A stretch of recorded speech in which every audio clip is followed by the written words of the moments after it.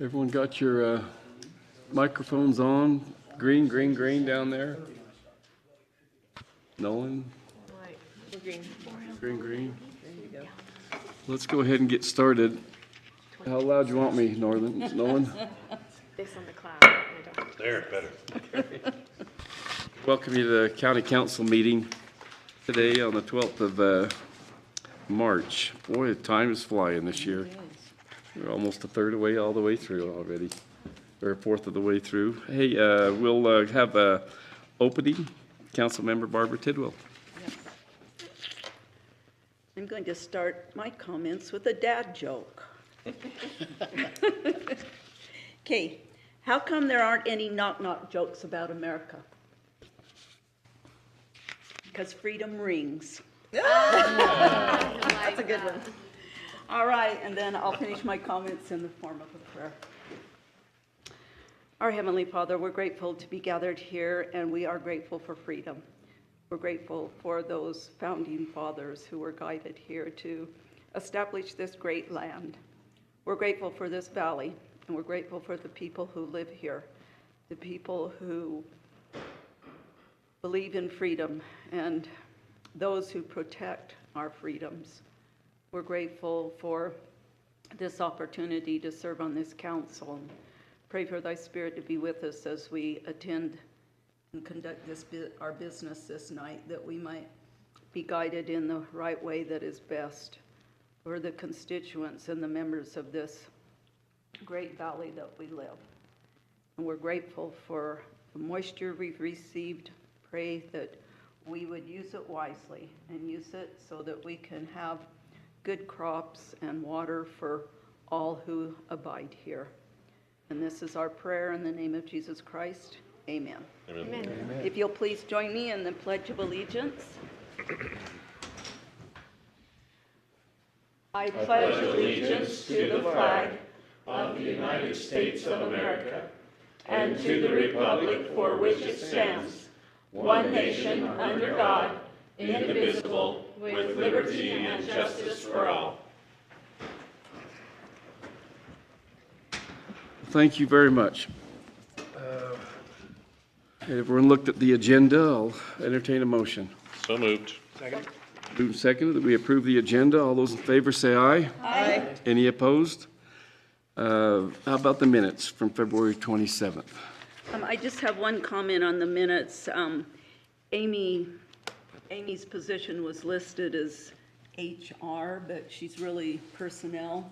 Management's just a real small one, but other than that, I would move that we approve the minutes. With the change. With the change, Okay. please. Second. Moved and seconded that we approve the minutes with that change. All those in favor say aye. Aye. Any opposed? Motion passes. Let's go ahead with the report of the county executive. All right, thank you, Mr. Chairman. A couple of items this evening. I attended a meeting today. Councilmember Hurd was there as well. A kickoff to a 9/11 event that's going to happen this year up in North Logan. Thank you, Councilmember Hurd, for attending. It'll happen in his district, but it's really a countywide event. It's the Major Brent Taylor Foundation that will be putting it on. If you've heard of Major Brent Taylor, he was the mayor of North Ogden and was killed in Afghanistan while serving in the Army as well. And his wife runs a foundation now. One of the things they do is they put on an incredible 9/11 event around the state. They're in a different county each year, and they've chosen our county to put on the presentation on 9/11. It's essentially a walk-through museum, and their goal is to get as many young people through there as possible. We all promised that we would never forget, but our young people might not even know about what we went through and what we learned in that experience. So I bring this up because there's a lot of work and volunteering that will need to be done as part of this, and if you're interested in helping with this incredible event, talk to me or to Mark and we can get you involved in helping out volunteering. It'll be a great event. This morning, the Chamber of Commerce hosted a legislative wrap-up breakfast with all of our legislators there in attendance, and a couple of us attended that as well. I just want to express my thanks publicly to our legislators for all the good work they did in the session. I had a meeting last week with our Trails Division in our Development Services Department, and I just have been so impressed with how well they've been doing. Just wanted to suggest to the council that maybe that would be an interesting workshop for you to have at some point in the future, to have the Trails staff come in and give you an update on the various projects they're working on. I think they're making some good progress and are doing some good things. I wanted to thank the council for making the additional ARPA money available. I've been working with ALMA to get that process going, to get some more ideas from departments on what they might use that for, and met with ALMA again today, and we're pretty close to getting everything ready for the departments to apply for that additional money. So thank you for making that available. And speaking of available money, I've also been working with ALMA on the RAPS process, and we will have our RAPS committee meeting on April 25th. So the two of you who are on that have gotten some information about that already. ALMA will have our packets if you want a paper packet. I don't know if packet's the right word. It's more of 2-foot-high stack of paper. So that'll be happening. The RAPS committee will be reviewing on April 25th. So their recommendations should be coming to the full council sometime in May, probably one of your meetings in May, potentially the first meeting in May that you have. We'll be bringing those RAPS recommendations to you. So thank you to all the staff who've been helping with all of those things, and that concludes my report for this evening. Thank you. No items of special interest or department or committee reports. Well, we're flying through this. Diana, would you, Board of Equalization? And to do this, we'll probably have to go ahead and I'll entertain a motion that we go into the Board of Equalization. So moved. Seconded? Moved and seconded that we go into the Board of Equalization. All those in favor say aye. Aye. Any opposed? And by the way, I felt guilty for a couple of weeks. Last time we never went out at the Board of Equalization. But I think I think we expired. Stay So Diana, please. Well, I'm just gonna start out by saying, after reading through approximately 450 pages of information in all of these things, and I appreciate all of the work that Diana does in pulling all of this together. No doubt. That was Yes. a lot of, Yeah. a lot of data to, Summarize that 485 pages for you and pull out ones that need a little more attention. So you have 25 before you today. So the first 9 are all charitable. All of the applicants you're looking at tonight have previously been granted the exemption. The 2 notable ones under charitable, Somebody's Attic and Whittier, they both have a percentage because they rent part of their properties for profits. So then moving on to the charitable low-income housing I put together, we have 4 cases. Button right there. Is that better? All right, so I did a review of the law, and none of ours fall under the new portion of the law. All of ours are either 501c3 entities themselves, or they have a partner. So Aspen Court is partially owned by Neighborhood Nonprofit. Carl Inouye, our oldest one, and Providence Place Housing are both 501c3 entities and have partnered with HUD and the Olin Walker Trust. Then our newest one, the Spring Hollow, the assignment of rents, and their partner is the Western Region Housing Corporation. So the new part of the law that we were looking at, HB 231, Sandy, they were going to allow entities that were for-profit entities to receive the exemption. We don't have any of these at this point in time, but their standard of evidence is higher. So And who makes that determination? Will we as a council? you as a council will, I'll bring it to you and we'll dissect it at that point in time rather than now while we don't have one in front of us. If Okay. that's Thank you. okay with you. So those all come with a recommendation for approval. Can I with- make a comment about these two? I read through these. Excuse me for being, You're not gonna cuss, are you?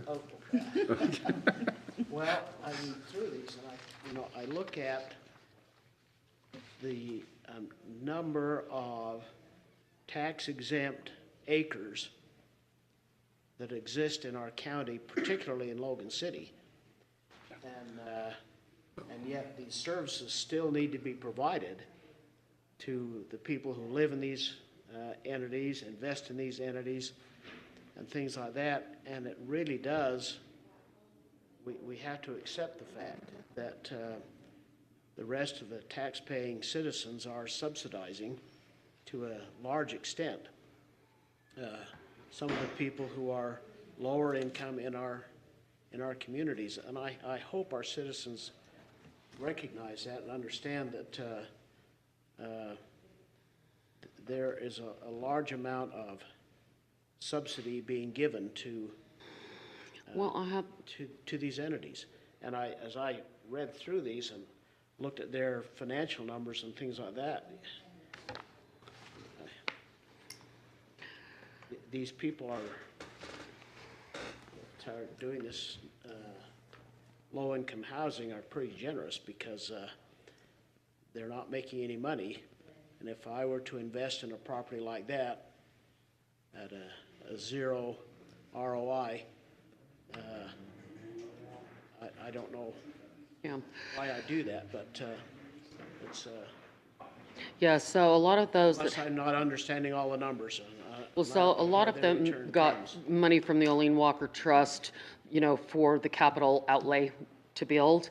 And then they have rent restrictions put on them by HUD Right. to keep it low and then to make that services available for our handicapped and for our elderly and populations. So, The point I'm making is that a typical investor would never invest in something like this, correct, because of the return. unless I'm not seeing all the numbers that where their return might be, if there is no return. Yeah.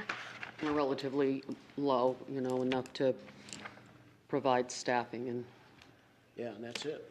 pretty marginal, yeah. So then moving on to the educational, you have three, all of them previously. Head Start, the DUP Cabin in Newton, and the Cash Employment and Training Center, all come with a recommendation to approve. And then moving on to the religious, you have 9 in front of you. The 2 that are notable, we have the Episcopal Church, which has mixed use.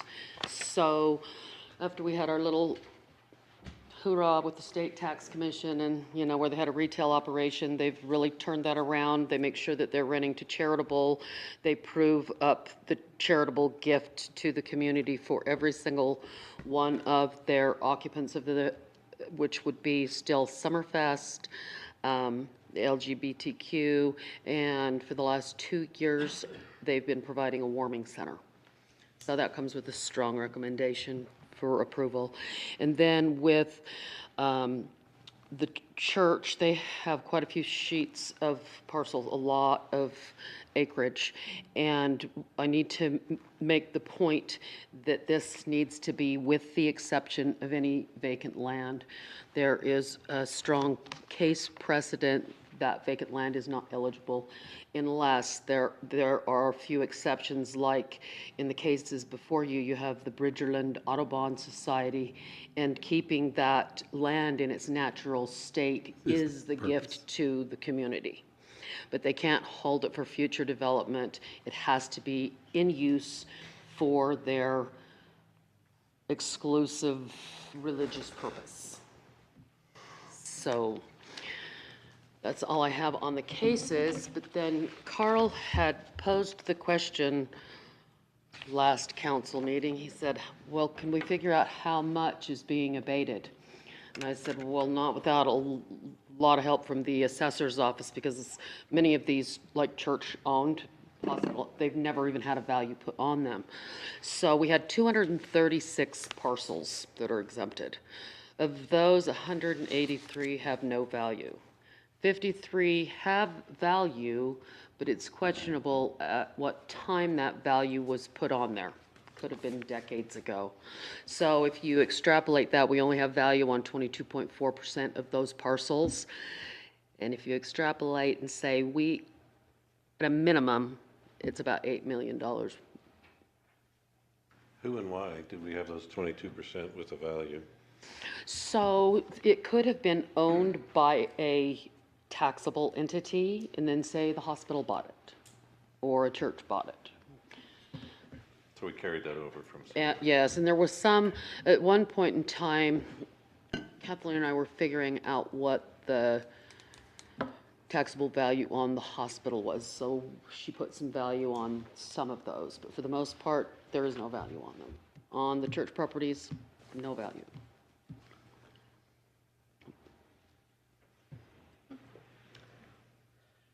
Thanks for doing that research. Yes. Yeah, I'm sorry, it's like, I asked Brett, he's like 183 parcel, I don't have enough, I don't have enough resources to take on that kind of a research project, which we can't get it back because these are statutory, right? Okay, are there any like specific questions on any of these that you might have, or I will entertain a motion or whatever you as a council would like. Well, I'll make a motion. Maybe we can do these all in one motion. That we approve the property tax exemptions for charitable, low-income housing, educational, and religious as given to us to look at. I'll second that. It's been moved and seconded that we will go ahead and accept the charitable, low-income housing, educational, and religious exemptions at this time that have been presented to us on 3/12/2024. Is there any discussion? All those in favor say aye. Aye. Are there any opposed? Motion passes. Okay, thank you, and I'll see a few of you at the hearings. I tried to get them in blocks, so we're not spread out. I'll Thanks. give you a reminder text the day before. Thanks, Anna. Okay, let's go ahead and let's get a little bit of background on 9A. Micah, will you share what needs to be done with that? Yeah, the Board of Equalization. Oh, yeah, hey, yeah. I'll make that motion. I kind of like staying in there for a while, you know? Thank you, that was Thanks, good. Mark. Thank you, guys. Moved by Mark, Seconded by me. seconded by Nolan. All those in favor say aye. Aye. We are out of Board of Equalization. Thank you. Any opposed, by the way? Good. You guys have been on Board of Equalization for. It's been there for a while. Yeah, so the first hearing, item 9A, the Paradise Cemetery District needs 2 new members appointed to its board. Either 2 members have their terms have expired, or maybe one moved and the other one expired.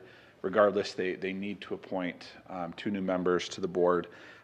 State code requires, and we went through this last year with Hyde Park, state code requires the county legislative body to both appoint and confirm new members to cemetery district boards. So I've already posted the public notice required under state code, given the 30 days notice for people to apply.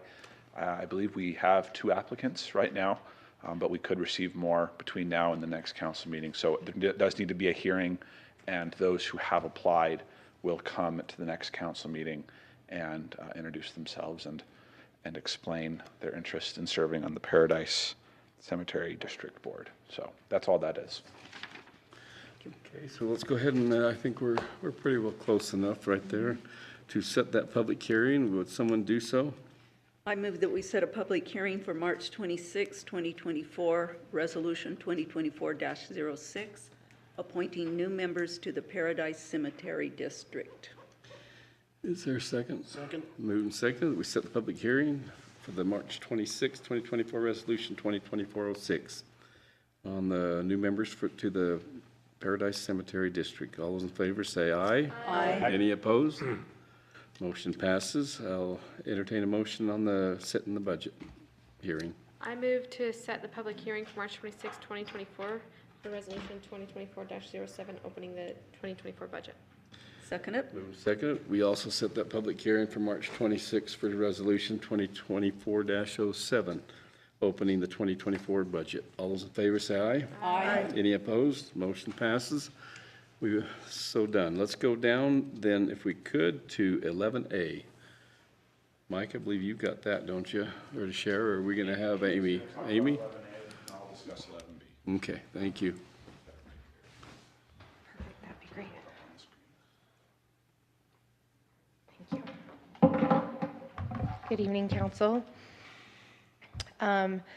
This is an amendment to Section 10 of the Cache County Personnel Policy and Procedures Manual, and it has been viewed by the Ordinance and Policy Committee and recommended to move forward with the adjustments to the policy for your approval. Basically, with this policy, the red line on here? Okay, let me get to the red line so you can see it. There we go.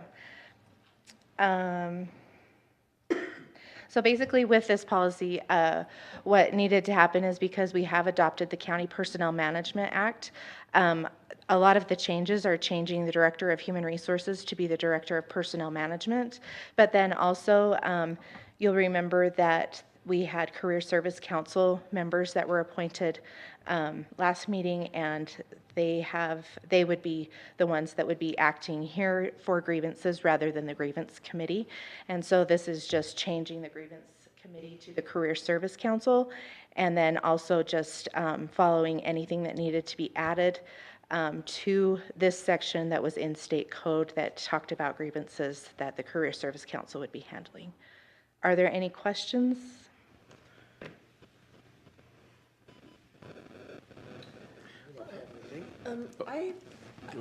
I got an email from Paul Davis. It was sent to me and to Chad Jensen, talking about the policeman. I just can't, I'm not finding it right here real quick, but he said, it's something about the merit committee that the policeman would want to, I don't know, do you know what he was talking about? And can you explain that, how it applies differently to the sheriff's department? Yeah, so right here in section B, about the middle part of that paragraph, it says, this policy does not apply to public safety employees. Public safety employee grievances are to be addressed through the Merit Commission. So this only applies to public employees, not public safety employees. And so anyone that is public safety would go through the Merit Commission. Okay, thank you. Was that the question? Yeah, I think Okay. that was what, yeah. And the sheriff is on the Ordinance and Policy Committee, and he made sure that we still had that in there because he says, whoa, whoa, this doesn't apply to the sheriff's office, Okay, so. perfect, thank you. Those that are on the O and P, it was vetted in there. Any comments there? No, we talked about this pretty thoroughly, Yeah. and everything really ties into what code says, and it makes sense. We're just clearing it up to change titles and things like that mostly. Okay. It is on initial proposals, but if you're wanting to move on that tonight, we'd have to suspend the rules, so I'll entertain a motion, or if you'd like to wait, that's fine.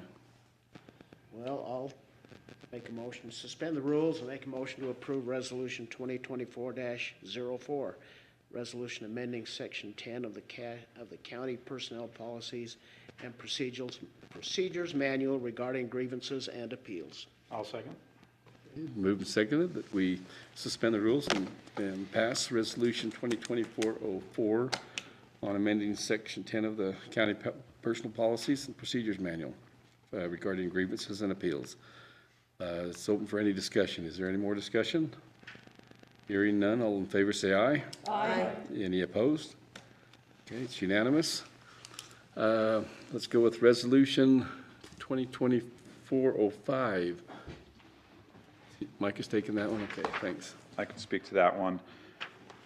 This one, before I get into all the detail of what this resolution would do, I will let you know up front that we do need to make a couple of just very minor amendments, just because I had some typos putting this together. What you're seeing on the screen now this is not the red line version that's at the bottom of the document, but what's in red is what we need to add. So you see retaliation. In fact, let me zoom in on that because that's kind of small. What page is it on? This is page 2.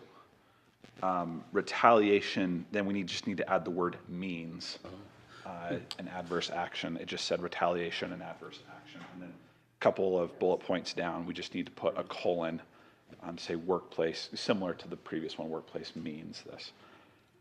And just So I will, and we, if you want to make that amendment now, we can, or we can wait to the end when I discuss the entire resolution. But like the previous resolution, this is an amendment to the Personnel Policy and Procedures Manual.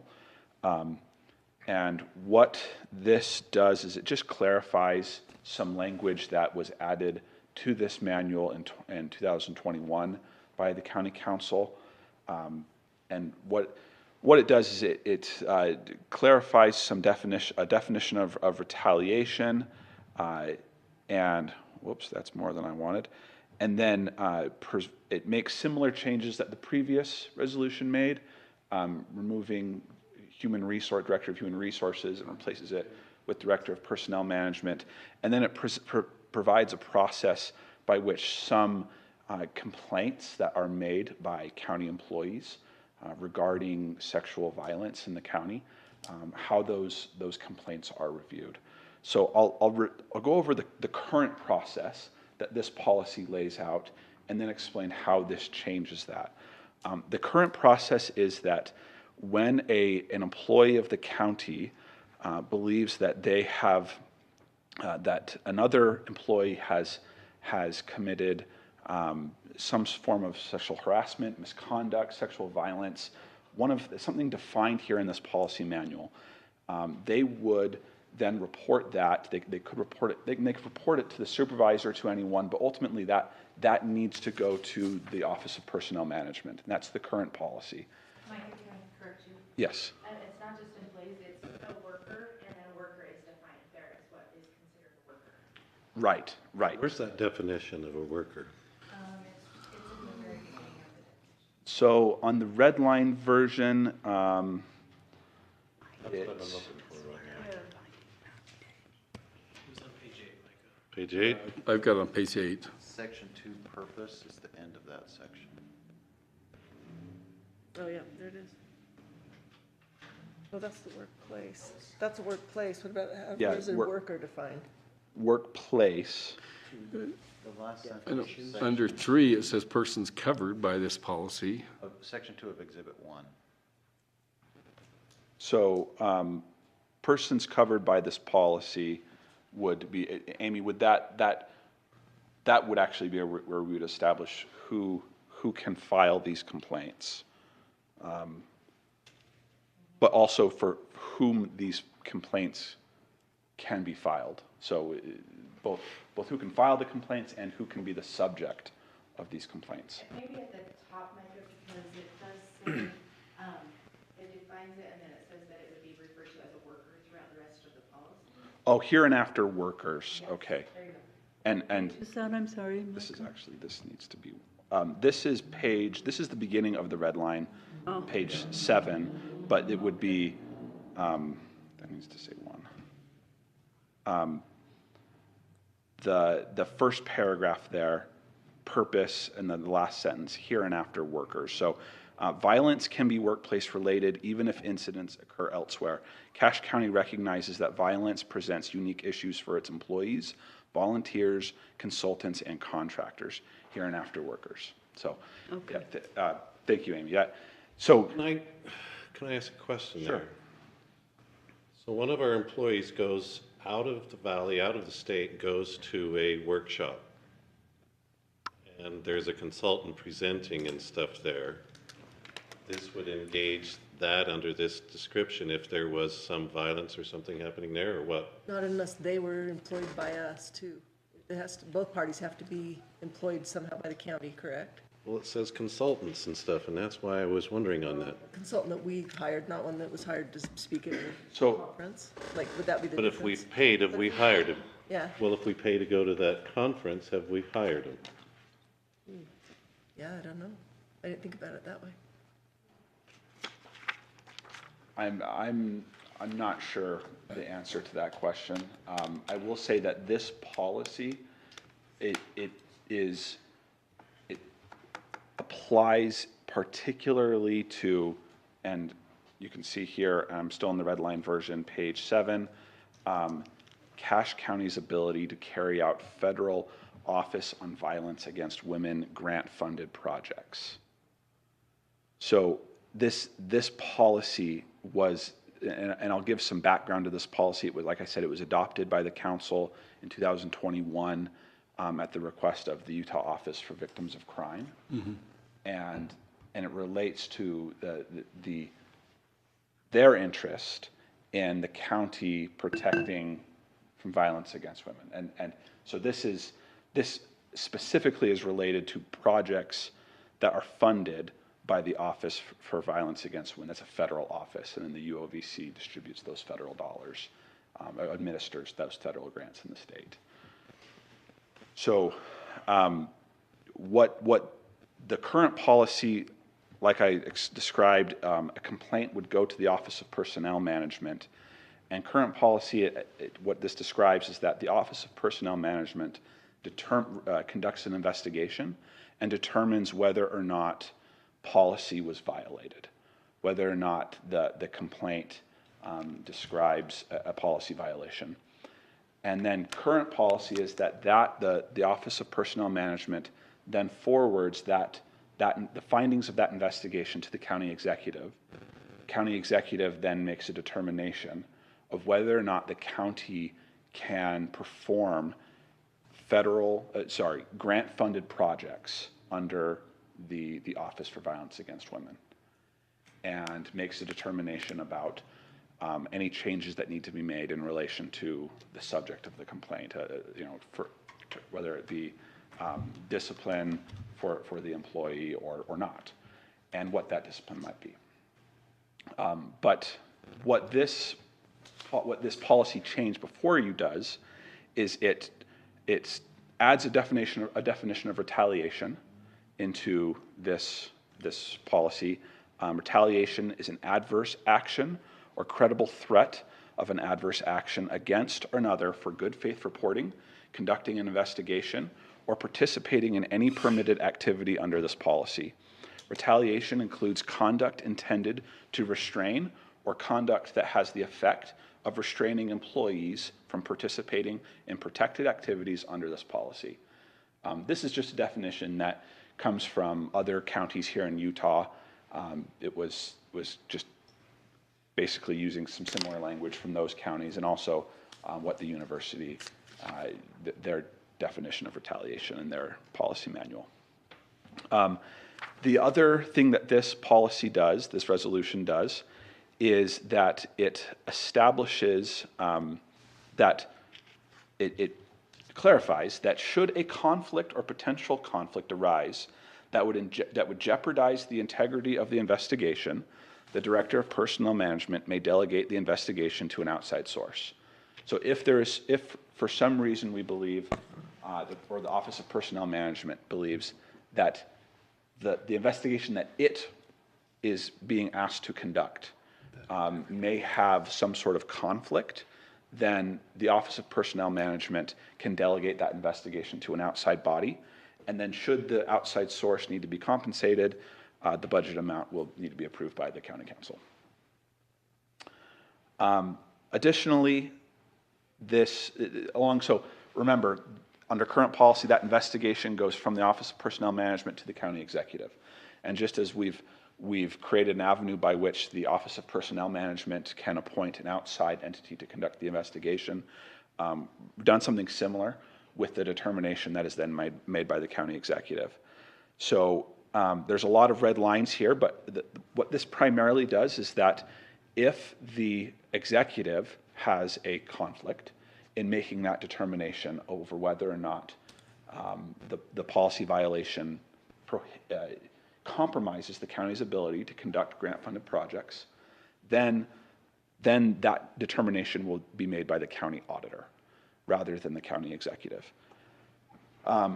And then that report, and so for that reason, the report that comes from the Office of Personnel Management will be presented to both the executive and the auditor. And that will happen every time, regardless of whether or not there is a conflict. And then finally, the code, the resolution clarifies that the determination made by the county executive or auditor must be submitted in writing to the respective elected official or department head, and a copy sent to the council chairperson. So if the executive, or perhaps the county auditor, makes a determination that the violation that occurred compromises the county's ability to carry out grant-funded projects, then a written report needs to be sent to the department head over the subject of the complaint. And the action of any disciplinary action, that the executive can recommend some form of disciplinary action, but the decision maker ultimately is the department head, and really the elected official over that department head. Now, in some instances, it may be a department head under the executive office, but not necessarily. The intent here was just that we don't want, the executive is not in a position where they can require a different elected official to terminate one of that elected official's employees. So ultimately, the decision for terminating an employee or moving them from a project or any form of discipline is up to the department head, not the executive necessarily, though it could be under certain circumstances. Then finally, another thing that's clarified, I may have, right. So right here, we clarify that the county is not obligated to move a worker to a different position or create a new position for the worker if they have found to violate policy. So again, worker violates policy, the county cannot adequately or compromise the county's ability to perform grant-funded projects. The county could, the department head could, simply move that worker to a different position where they're not conducting grant-funded projects. And that could satisfy the needs of the county at the time. But the county's not under an obligation to do that. The circumstances may be where the only option is to terminate the employee. All terminations of any employment or contractual relationship with a worker pursuant to this provision, any findings, so yeah, must be reported. These, if this process goes through and a finding is reached that policy was violated, the Utah Office for Victims of Crime must be informed. And then finally at the end, just the requirement that all supervisors must pass reports of violations, of the policy violations, to the Director of Personnel Management as quickly as reasonably possible. The reason that is in there is that existing code requires the investigation done by the Office of Personnel Management to be conducted in 45 days. So the clock is ticking, and so that when a complaint is made, that needs to be forwarded to the Office of Personnel Management as soon as possible. That's the policy. Happy to answer any questions you have. I have a couple. No one, you're going to say something. I do have some things. I've been contacted by some in the public this week about this. Consultants and that seems to broaden out. I mean, for instance, we hire an auditor to audit something. He's hired by the county. do we give this policy and they sign a form and check it off that they're aware of this? How do we carry this out so that they're aware of that this policy affects them? Does that make sense? Probably know more than I do.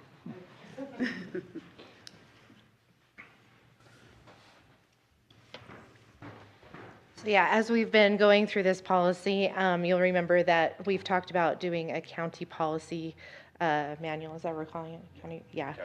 And so this would be one of those that would need to move over to the county policy manual rather than just being right in the personnel policy and procedures manual. So at this point, as we've gone through this, we realized that some of our independent contractors may not be aware of this policy, and so we would be sending them a copy of this policy to let them know that they would be considered a worker under this policy, and because we do receive grant funding, they would need to be aware of this policy and follow the policy. Well, I think there's going to be a lot that meet that criteria. How are we tracking that?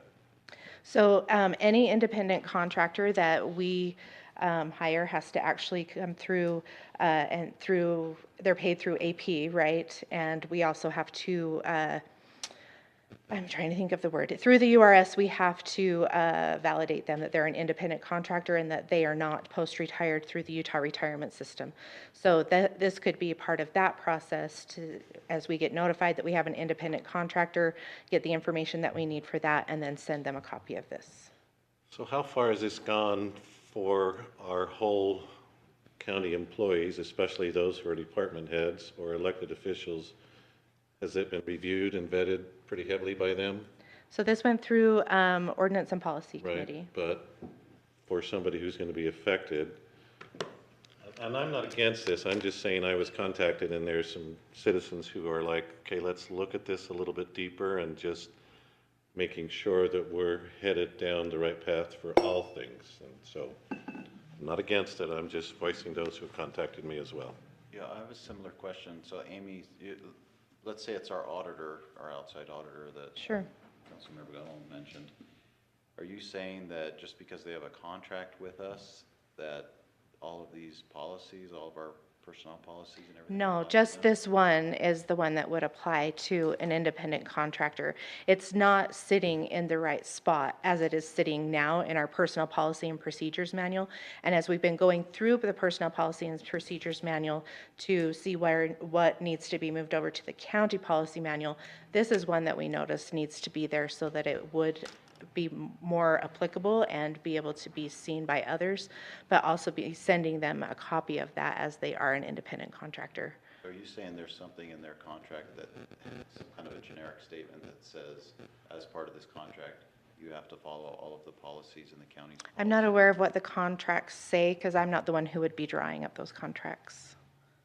But you're saying that if there's an existing contract, these policies would apply to them? As far as what this policy says, and it's been in place since June of 2021, that's how I read it and understand it. I have a couple other questions about the policy. The title of the policy is domestic violence, sexual violence, and stalking. Is there a definition for sexual violence in this policy? There is a definition for sexual harassment, Yeah, I saw. sexual misconduct. Yeah, I saw those. I was just wondering if we needed to differentiate, because it says sexual misconduct, sexual harassment, and sexual violence. And that's the name, that's the current name of this section in the Personnel Policy and Procedures Manual. We could certainly make an amendment to it if that seems Like appropriate. it would be better if that were clarified, because it mentions sexual violence, sexual misconduct, sexual harassment. Some of them are defined, but it's not clear if some of them overlap or if they're the same thing. Also, I couldn't find a definition for stalking. That's one of the primary, that's in the title of the section, is domestic violence, sexual violence, and stalking. So I think that would be helpful to add if that's not there somewhere. So on the second bullet point, it says domestic violence, dating violence, sexual assault, and stalking have the meanings given in 34 USC section 1229(1)A. And I totally slaughtered how you say that reference, but you know what I mean. Okay, so for stalking, it's the one in the US code. Correct. And, but sexual violence is still not specifically. So I think either maybe we change the title to sexual assault. Well, I thought feel the like it title needs, was sexual misconduct, but can I feel like it needs a definition or needs clarification, because it also says sexual assault in there. And I think there could be some confusion about which ones fall under another one or incorporate another one or subsections of another one or are separate from another one. Another question I have is, there's a section that says that if there's a conflict of interest with the Director of Personnel Management, that the Director of Personnel Management would delegate the investigation to an outside source. I have a couple of concerns about that. One, who determines if the Director of Personnel Management has a conflict of interest? And if that director has a conflict, how would it be appropriate for them to select the person to replace them? I feel like that needs some work on it to clarify who would determine that conflict and who would select the conflict counsel, if there's outside counsel or contractor. I don't know if you had any thoughts on that, but that's a concern that I have about that section. And then you mentioned, Micah, that at the end of an investigation, if it's determined that it's actionable, that as the county executive, would notify, if it's an elected official, I would simply notify them of the findings and give them essentially a recommendation that they remove that person, terminate that person, move them to some other place where there's no longer a conflict, right? Yeah, the executive would make the recommendation. The primary role is that the executive determines whether or not that employee continuing to work in that position, whether or not that compromises the county's ability to carry out grant-funded projects. But if and when that's determined, the executive's role is simply to notify that elected official, not to actually terminate the employee or move them. That's correct. Okay. That's correct. And so that would be the same in the case of the auditor, where Yes, they wouldn't have any authority. that's to do correct. that. Yeah. And then my last question is, in that section where it refers to the auditor under section C there, how is it that the auditor would have authority to perform this type of a personnel investigation when statute gives that authority to the executive and/or the Office of Personnel Management? So the executive actually isn't performing a personnel investigation. The personnel investigation is performed by the Office of Personnel Management. What the executive and/or the auditor, I guess making the determination is the language that it uses. So it's making a determination based on the investigation that was completed by the Office of Personnel Management. So yeah. how can we delegate to the auditor that authority to make a personnel determination when statute specifically gives that authority to the executive? So what both the executive and/or the auditor are determining are not, it's not a personnel investigation, but they're determining whether or not the policy violation it compromises grant funding. And now under county code, both the auditor and the executive have duties as financial officer. They are the budget officers of the county. They both have a role to play in dealing with finances and with grants.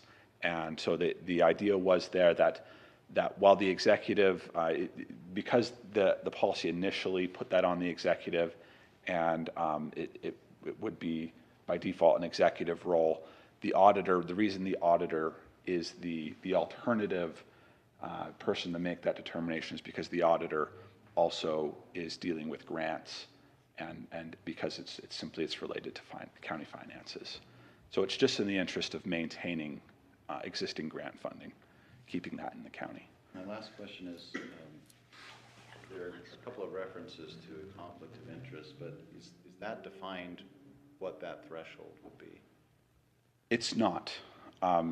It's not, and the reason, well, conflict of interest is a legal term of art that really wouldn't apply in this particular circumstance, and it would be up to the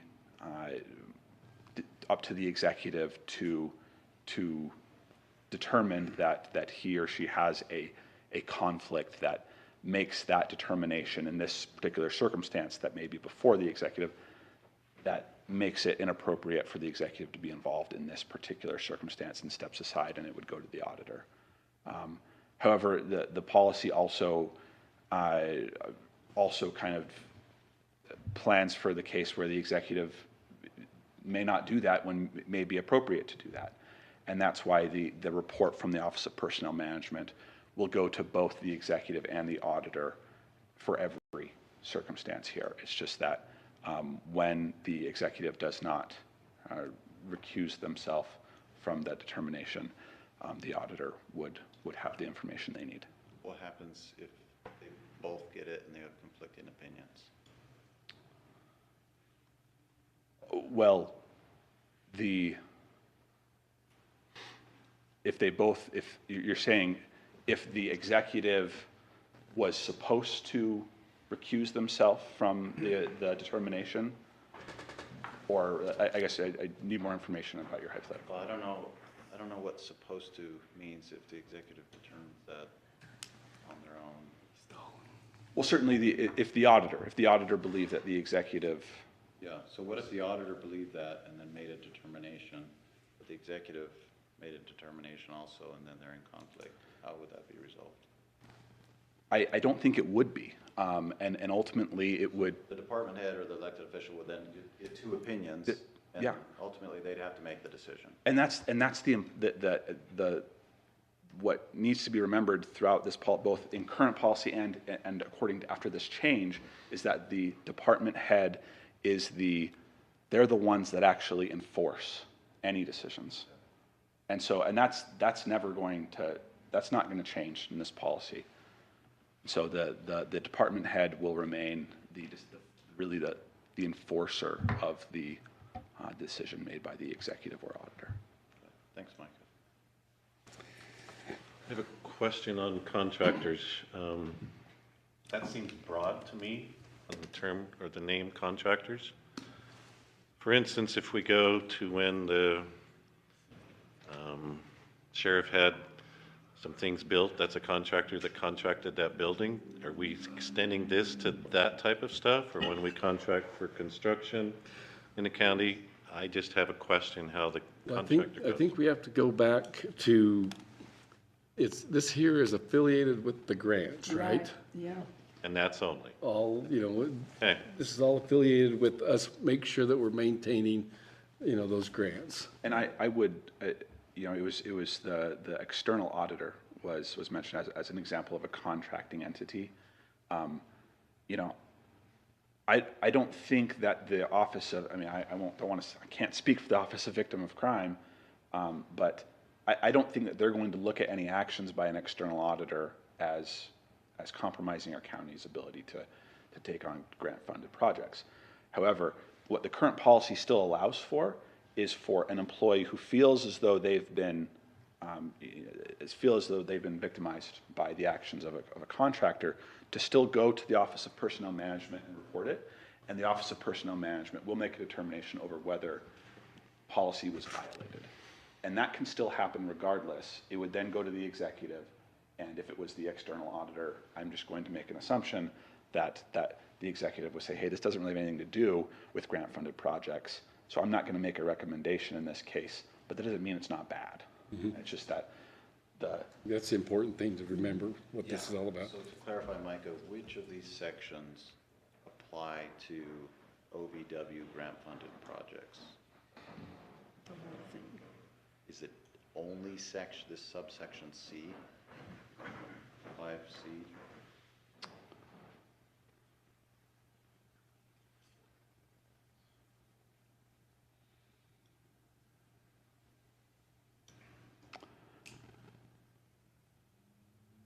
I'm not sure I want to say definitively yes to that question, but I think so. That's what it seems like to me. I just want to clarify that. Yeah. And, speaking of that section 5, at least on the copy I'm looking at, under 5, the first subsection is lettered as B, and so is the second. Yeah, the red line version had some, Your yeah. newest version corrected that? Yeah, the one I've got up here, you can see, it's right, this is what you're talking about right here. Yeah. Yeah, it's actually not present in the, if you go higher up on the document, that repeat is not there. But it's just the copy and pasting of the, Also on that very first paragraph, Micah, where it says the Director of Personnel, and then the word management is redlined. Yeah. Shouldn't management be unredlined? you're right, that's my fat fingers putting together the red line versions. And on, at least on my version, I'm looking at here, the very beginning has, it starts with a subsection 2. I don't know if that's based on a previous section 1, or if that should be section 1. It's the same thing, the copy and pasting, and it's just, it only applied in the, here, let me go to the top. This is the official one. This is the same section you're referring to. It's not there, it's just the copy and pasting of the red line, in the red lines. So you see it's numbered correctly in this one. So, and we should have Office of Personnel Management properly listed there. I apologize, it's just the fat fingers copy and pasting in those red lines. Some input from those that were at O&P. Well, I think Mike has said it correctly. We have to remember this is in regards to grants and how it would affect grant funding. And that's why we've done this. So I have a question then. So someone else in the county who feels like they are being harassed by another county employee that has nothing to do with grant funding, does this policy, the first part of this policy, still apply to them? And they go to personnel management, and it's still, what is the county policy? Like, is that all laid out in here of what happens then? Even though it has nothing to do with grant funding, it's still part of this policy? Yeah, and you're asking basically the same question that Executive Zook asked earlier. Yeah, the first part of this policy applies to Everyone. in any workplace circumstance. What really where it grant funding applies is that second part after the Office of Personnel Management has made a determination whether or not this constitutes a policy violation. It then makes sends the finding to the executive and the auditor, and the executive, and then in some cases perhaps the auditor would make a determination about whether that affects grant funding policy. So you could say that's one of the responses the county is required to have to Keep our grant. to findings of sexual misconduct, workplace violence, is that we need to make a determination, does this conflict with our ability to perform grant-funded projects? Is there any other input on the sexual violence? Is that to change that? What do you think there, Micah? Sexual, To assault? Or Yeah, it's changed sexual violence to sexual assault. Did you say maybe it's already, that is already in there? Is that? I thought the title of the policy was domestic violence, sexual misconduct, and stalking. Let's pull up the. I like that word, misconduct. Let's pull up the Covers everything. PPP right now. I like that better. Oh, I've got it You're right here. blocked, Micah. I've got it right Because here. there can be sexual misconduct without assault involved with it. Yeah.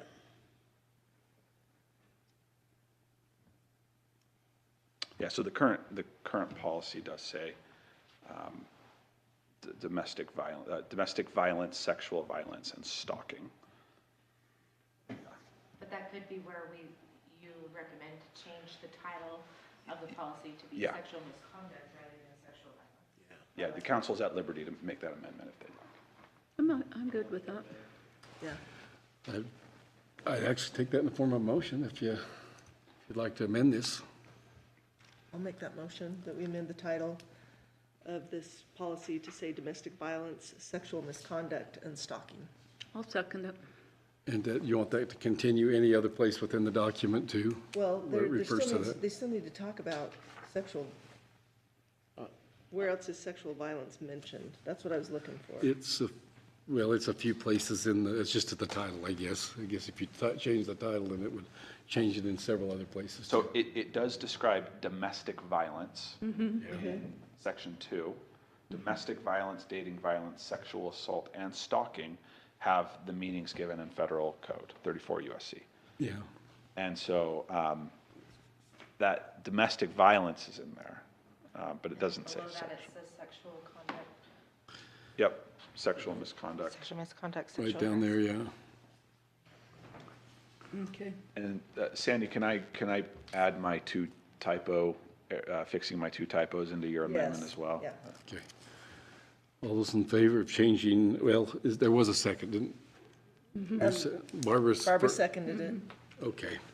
All those in favor of amending that to change the wording to misconduct, right?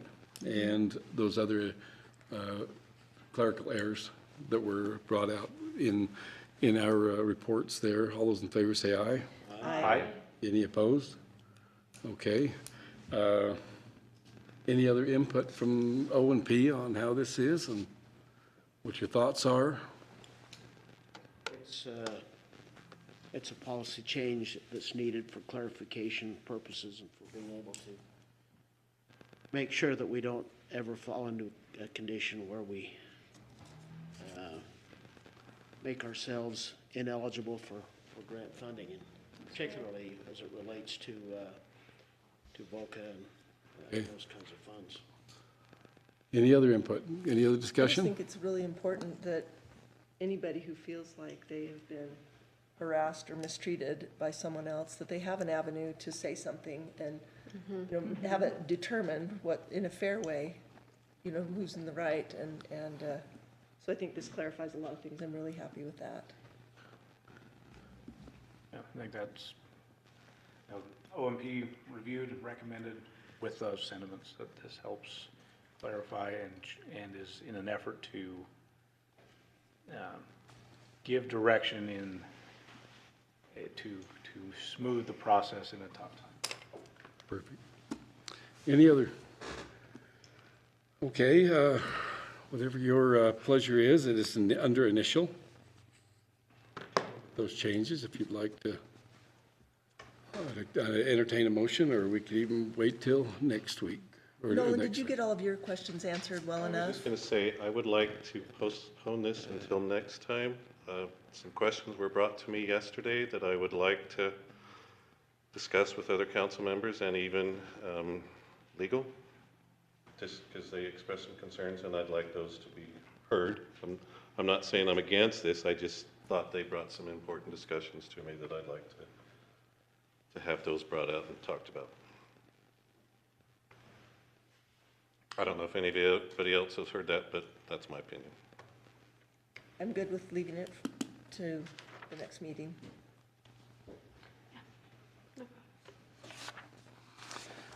Okay, I have a question in my mind, but I'll hold that.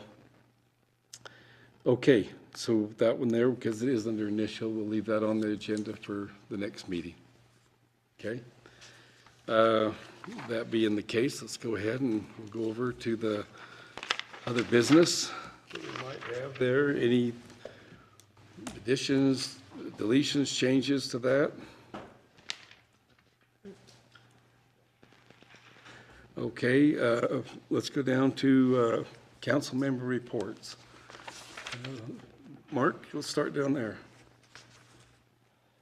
We had a meeting last week of the CEO board, the Cash Economic Opportunity Advisory Board. Mostly, the formal action was approving the minutes, and then there's just some discussion and presentation on A couple of items of interest, one being the Jamie Andrus from the Cache Valley Chamber Commerce gave a summary of a couple of things that they've been involved in and they're working on. And then John Milne, on behalf of the committee, presented a couple other things. We have, there'll be a bunch of opportunities coming forward throughout the year where there's some people who've expressed, some groups that have expressed interest. They'd like to come and kind of share a bit with this group on what their functions are in the community and what they, starting at that point, I guess, with this advisory committee on some suggestions that they have for future engagement and involvement that we'd be presenting at some time. So that's just kind of a heads up, as we'll be kind of working to formulate how that calendar will come together and maybe move forward, but no specifics at this point. So it's really a general, vague overview, but and then the volunteer opportunity that Executive Zook mentioned. I'm very grateful that that event is coming to Cache Valley. I think it's a worthwhile effort to ensure that the generations that come after us understand the significance of that day. And one of the best parts about this program in the event is that the primary focus is to focus on the unity and the civility and the citizenship and patriotism that we all felt on 9/12. And so, again, just any questions and opportunities that you think of people that could support or would enjoy being volunteering for that group, please pass it along. Thank you. Nolan. Two things. I was just wondering the other day, or asking that everybody on the council take some time and review the Cache Valley Master Plan that was put together a few years ago. There are things that keep hitting our planning and zoning department, and as a council, I think we need to be aware of that master plan that was put together. I know it's not doctrine, but it is a guideline, and it's something we all need to look, because there was extreme measures of getting the public's input on that master plan. And so when considerations come up, I think we need to also be looking at what that master plan is saying and giving some thoughts to that. I just think as this county goes forward, we're going to be dealing with a lot of change and a lot of construction, a lot of things, and I think that master plan will help us in some decisions going forward. Also, we have an enforcement officer who is going around doing some things. I think all of us as a council needs to be aware of what he is finding out in the county, and maybe him report to us, because there is a lot of things, and he really doesn't have a bite. He's out doing those things, but he's not got the ability to do some things, and I just think as a council we need to look at that, because for those citizens who do things right, they're doing it, but for those citizens who are not aware or really going against that, we need to have some considerations for that. So I just want to make those two things aware that we all consider going forward. That's all I have. Wonder if that would be when we meet with P&Z. It's something to consider. I've met with Something that we P&Z, but I mean, there's some things to look at. Okay. Catherine? Work on doing some of the preliminary process that we have in place for COSAC is underway, and we have received one preliminary application, and we have set up a site visit that we will be visiting next Friday as a COSAC committee to go and look at the property that's applied, and that is the Furman Farm on the way out to Nibley on Highway 165. So I'll just keep you abreast of how that develops, and the recommendation ultimately will come from the committee. But we're doing good work. They're working really hard, and they're doing a lot of vetting and research on that, and I just wanted to pass that along to the council. Can I ask a question on that? I've had 2 farmers reach out to me, and do we have a contact point that a farmer can reach and have assistance as they walk through that? Because a lot of that is some red tape or some knowing which agency to work through. Does that make sense? Yeah, and the big advantage that the Furman property has is they've already been through a lot of that with Bear River Land Trust? Land Trust, I think is who it is. And these, Land Conservancy. these 2 people who contacted me are just in the dark. I know. And they're like, where do I go? How do I get that? I've had people reach out to me, and I've referred them to Stephen just because he has most of that knowledge. Okay, that's So where I'll that's what refer I've them to. referred them to, is just to Stephen. But the big advantage that this has is that they already have somebody that has compiled all of the work together for him. It is a lot of work, and it is red tape. It is a lot. That's Yeah. why Yep, they're almost hesitant to say, I want to jump in this, because they don't know where to go. yeah. It's also common that people wanting to put their land into a conservancy like this will hire a consultant to help them through the process. Well, see, they don't even know that, or who's a consultant or anything like that, so. Or even a series of consultants, attorneys, surveyors, engineers, nature, biologists, a whole Well, variety. and we've set up the process so that we can get a preliminary before they go through the expense of all that, because we don't want them to have to do that and then All those as- costs. Yeah, that's extensive, and that's expensive.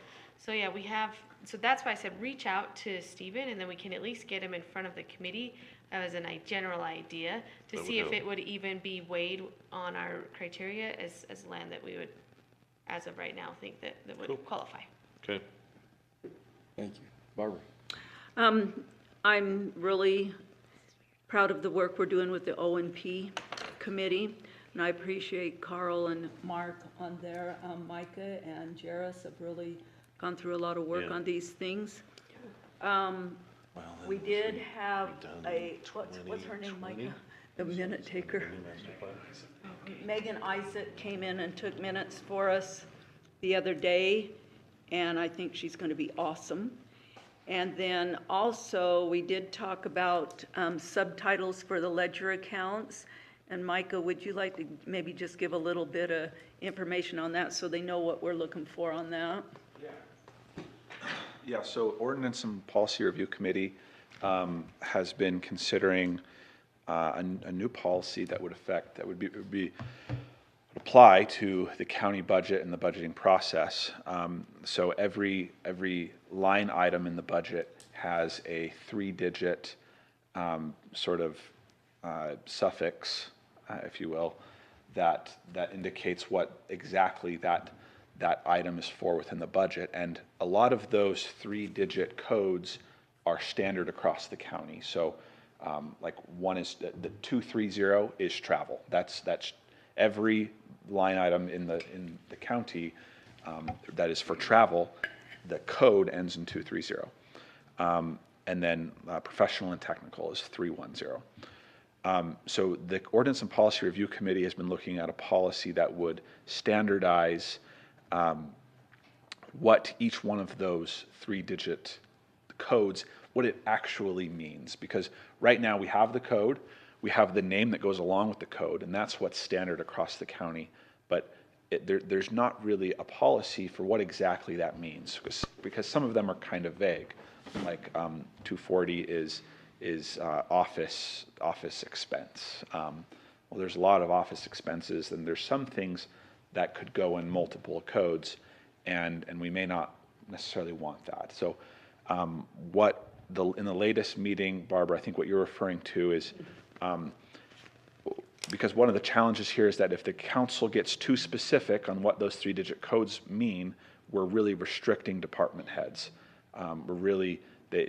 We may be making their life difficult. They're budgeting the best they can, but there's so many unplanned for expenses throughout the course of the year that they need that flexibility.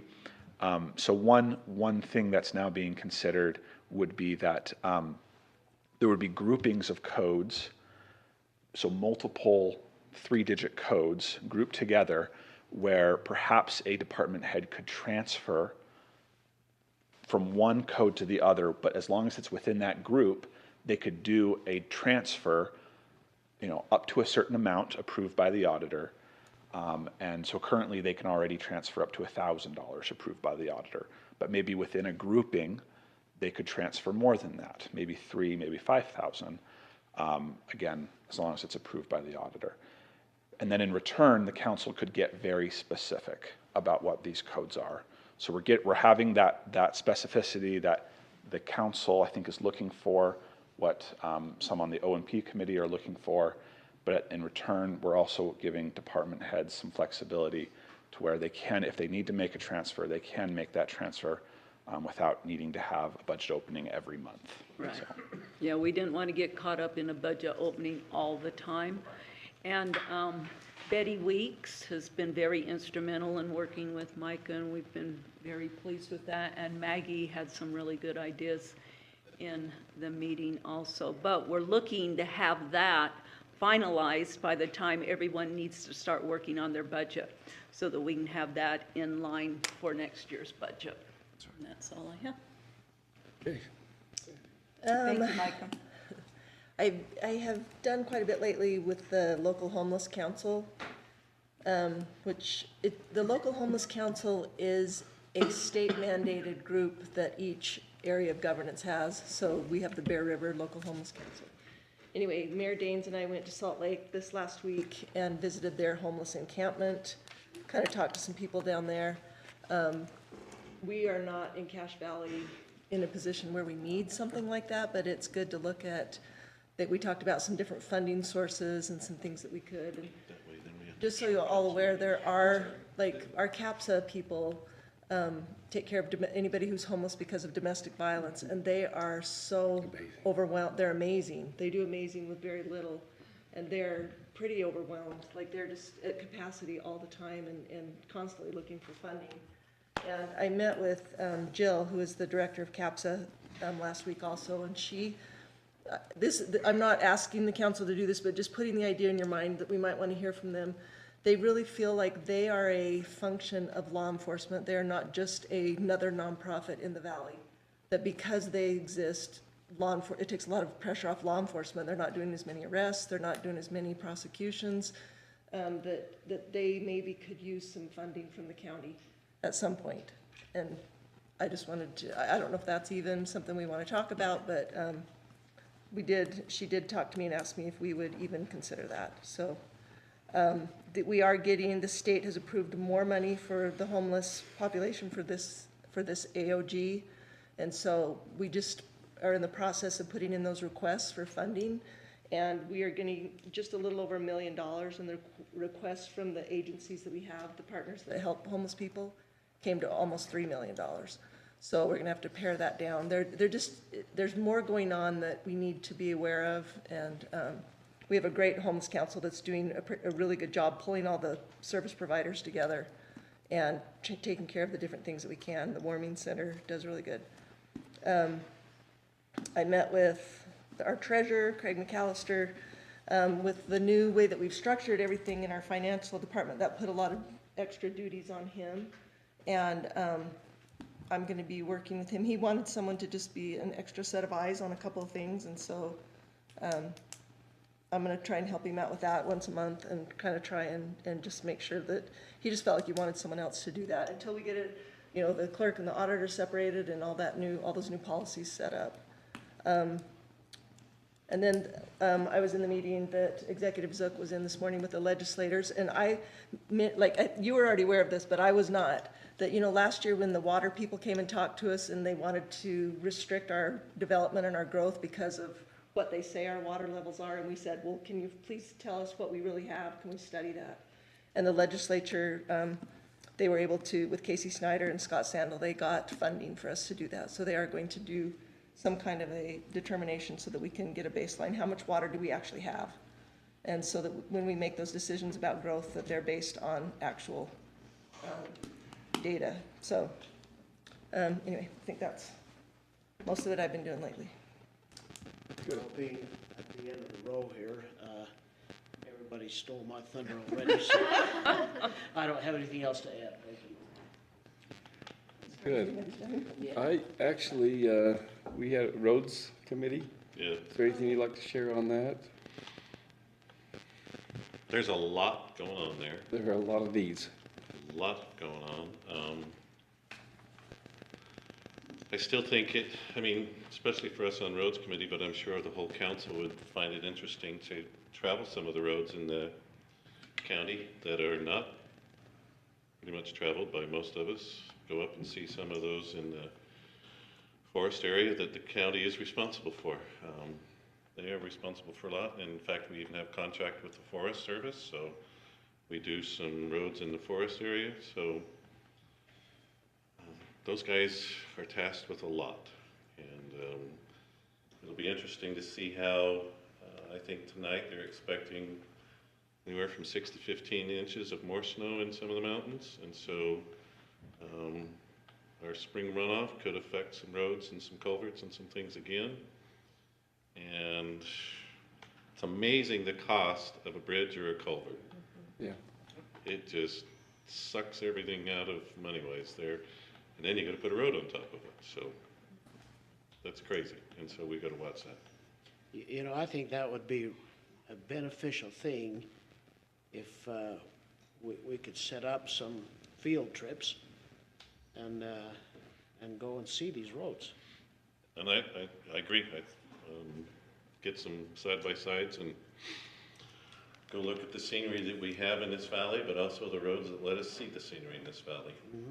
What about the Building Utah conference? Seems like last time that was, a lot of it was about infrastructure and roads. Like, are Matt Phillips and those guys going to that? Do we need more Yes. support from the Yeah, they council? talked about this. Yeah. No, they got it covered. They have someone that's going down to that, yeah. Perfect. Any, Catherine, want anything? You're okay? No, Okay. just that. Yeah, I think that's a good committee, and it's not a short committee though, is it? We're very enthralled in a lot of details and with what we do there. But as far as the roads, as far as the roads and committee, that was a good meeting. But then also we need to, not only as far as us getting a taste as to what's out there, but the emergency preparedness. We're still in the process of getting that date. That's on our agenda to get a date solidified for that we can meet down there. And I think we're trying to attach it to maybe a workshop just before, kind of on the same day, I believe. Yeah, it would be a workshop to a council meeting. Yes, in other words, and you'll be able to get the responsibilities that you will have and everything that we need to do with that. It's good to go down there and see that. Okay. I got another question that's hit me. Mr. Benson, you had a press conference the other day, right? Yes, it was 2 Fridays ago. 2 Fridays ago, yeah, okay, that's right. And are we ready for, I mean, this is a big election year. Are we got everything put together? Are there any questions on that? What we can help you with? Are we staffed? Are we trained? Are we, where are we on all that so that we can make sure that we'd like more input from that to make sure we get that taken care of? Because I know, and I've had some discussion with the LG's office, and they're still very, very worried. Okay. So, could you want to share some things? Yes, and I think that we've resolved a lot of the issues that have happened in the past. These issues are not something that were easy to resolve and not quickly resolved. In fact, we've been working on them since December of last year. So it's not something that just has happened recently. It's been a long work in progress. And we've made tremendous strides. As I mentioned earlier, the March election was not as, everything has gone fine so far, and we're planning to canvass at some point with the Board of Canvassers as early as Friday, as late as next Tuesday. And our plans for June are going well. We do expect that we'll be a little short-staffed because of people who are going on leave, and a full-timer and a part-timer who will be absent in the office. But we've already had some discussions about how to cover those hours and hire additional seasonal workers, as we've already discussed, and volunteer workers as well. So I think staffing, we're going to encounter some struggles, but we've got time to plan and overcome those struggles. As far as the other conditions that we've been working on, I believe that we've addressed many of those. We've addressed all of those that the Lieutenant Governor has brought to our attention, and we're still working on some of them. Some of them we've actually gone and refined already. We've said this is how we're going to address it, and then I've been talking with staff, and we've said, you know, there's a better way of addressing that, and so we're improving already. Our plan is to have 2 mock elections, one in April and one in May. Those are just elections that we'll have internally with our staff to go through all the processes, all the procedures to make sure that we're ready for June. So I think that we've got about, well, there's some who say the election cycle never ends. And in many respects, that's true. And we've got about barely 3.5 months before the June election, but I am confident that we'll be ready for that. And Lieutenant Governor's office has expressed continuing interest in helping us with that, and so I'm grateful for that help. And so in general, we still have a bit of a way to go, but I think by June of this year, we'll be in a very admirable, very enviable position in Cache County. May I ask a Kind of question? excited. Oh, yeah, I've kind of had, I won't say anxiety, but I've been worried, and I've had some discussions with some of them down there, and they're still very concerned. Now, we've had 2 employees that we've lost, right? Yes. Full-time employees, right? Yes, 2 full-time employees. One was only working 35 hours, but was still classified as full-time. That's correct. So, are they replaced, or? Yes, we've got full staffing now. We have in the clerk's office, which handles both elections and records. We've got 4 full-time employees. We've got 1, 2, 3, 4 part-time employees who are working. Some of them are working almost 30 hours a week. The others are working part-time, closer to 17 and a half hours a week. And then we have seasonal workers that we had to let go because of the seasonal nature of their position, but we're going to rehire them in, I believe it's early June, to help out with the election in late June. And we anticipate hiring more seasonal workers as well. Go ahead, Nolan. Can you tell me in past how many full-time employees we've had to help on the elections? You know? It's difficult to say which employees in the clerk's office were dedicated to just election versus the entire clerk's office. When I took office in late June, early July of last year, we had 4 full-time staff in the clerk's office, plus me, so 5 total. And then we also had a number of part-timers. Okay, I'm gonna ask, admonish, request, short of demand, rather than seasonal, rather than part-time, that we get full-time people who are watching the election. I think this election this year is going to flabbergast us as to the participation and the demands of what our constituents are going to want for this election. And so, and Mark, you chip in, but as we sat out at that election center and the ballot center, I just feel we need some full-time employees who know the back of their hand of what's going on in this election. So when I hear you say part-time and seasonal, I appreciate all that, but we need some ground people who are driven and who are always there for the election, because as I've talked with some others in other counties, they're like, and just like you said, there's always an election. I mean, they've got to deal with the cities that they've contracted with. They've got to deal with the ballots. Mr. Erickson says he's hesitant. I feel like I'm standing on a hot skid plate that my feet can't stay in one place, because I worry about the election. And if we mess this up, and plus I think we're going to have people watching us and on us like, white on rice, if I can put it that way. So I don't know what the council feels, but I think we need some dedicated full-time employees to the election. And that's why I'm asking what you've had before compared to what we have now. I think we need to look at that and really make sure that that is staffed and ready, because is it the LNA that we have to do? What's that called? Logic and accuracy test? Logic and accuracy test. I mean, that takes so many. I don't know what the others feel, but I get nervous as I think about this election. And I want some full-time That's people what, there. I brought it up, and then, you know, and again, in discussions I've had, that's why bring it up, and I appreciate you sharing. Well, Mr. Chair, I'm not sure how clear I've been about this, but I want to be as fiscally responsible as possible. But we do have capacity in the office right now, in the clerk's office, for 4 additional employees. We have seats for 4 additional employees.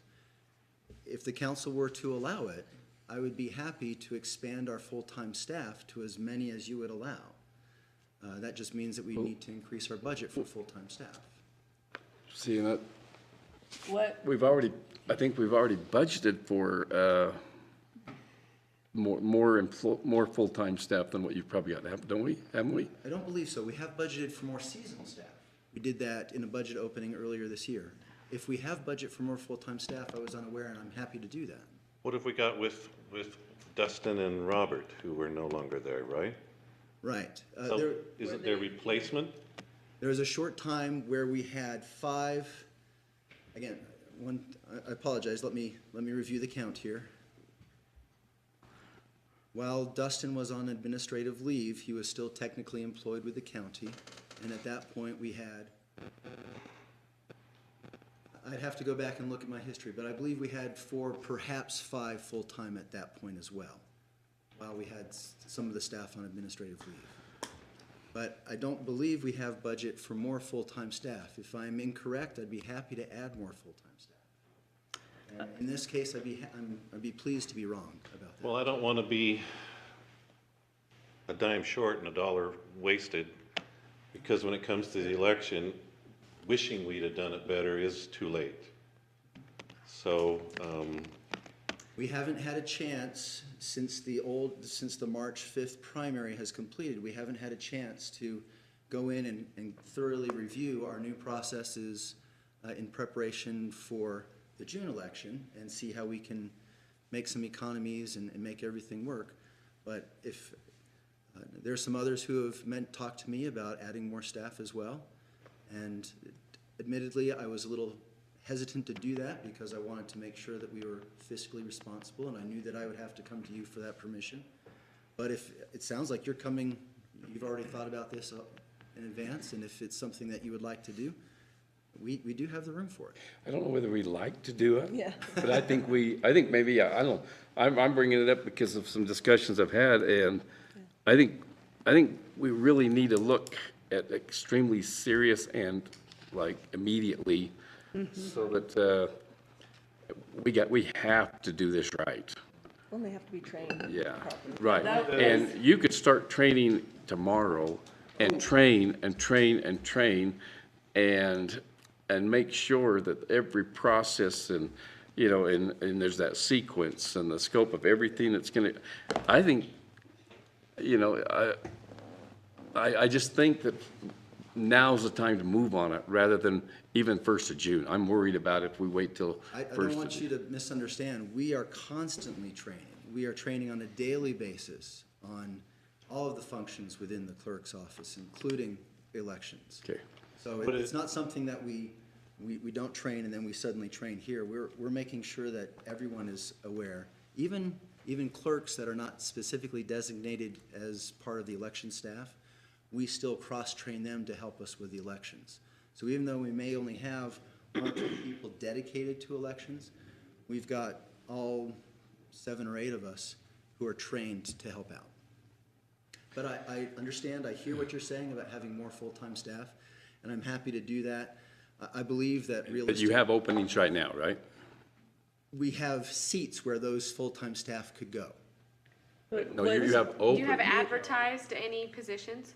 No, we are not currently advertising any You positions. replaced To Dustin? replace these two? Yeah, was Dustin replaced? Yes, His we now salary? have an election supervisor who is taking over.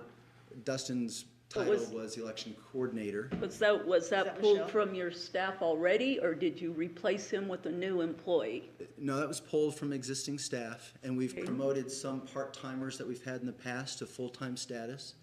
And now we've just added 2 additional part-time staff. They just started yesterday that we're training, sorry, not yesterday, on Monday. That's yesterday. Yesterday, Well, okay, I guess, will you seriously, dig into this? I think we have a budget opening here coming up. I was gonna suggest that maybe as the liaisons on behalf of the council for the clerk auditor, maybe Carl and I could sit down with Mr. Benson in the next Great. week and come up with what we're looking at as a needs assessment, maybe, and from our perspective, pick your brain, and then you can throw suggestions at Carl and I and make sure we're covering what we feel is the needs for the county. And make sure you have the resources you need in order to. and to me, resources is full-time, somebody who knows the election inside and out, rather than and I'm not dissing on part-time, but I just think I want to see that depth and breadth and knowledge of the election inside and out with, And can I add one more word? And longevity. yes.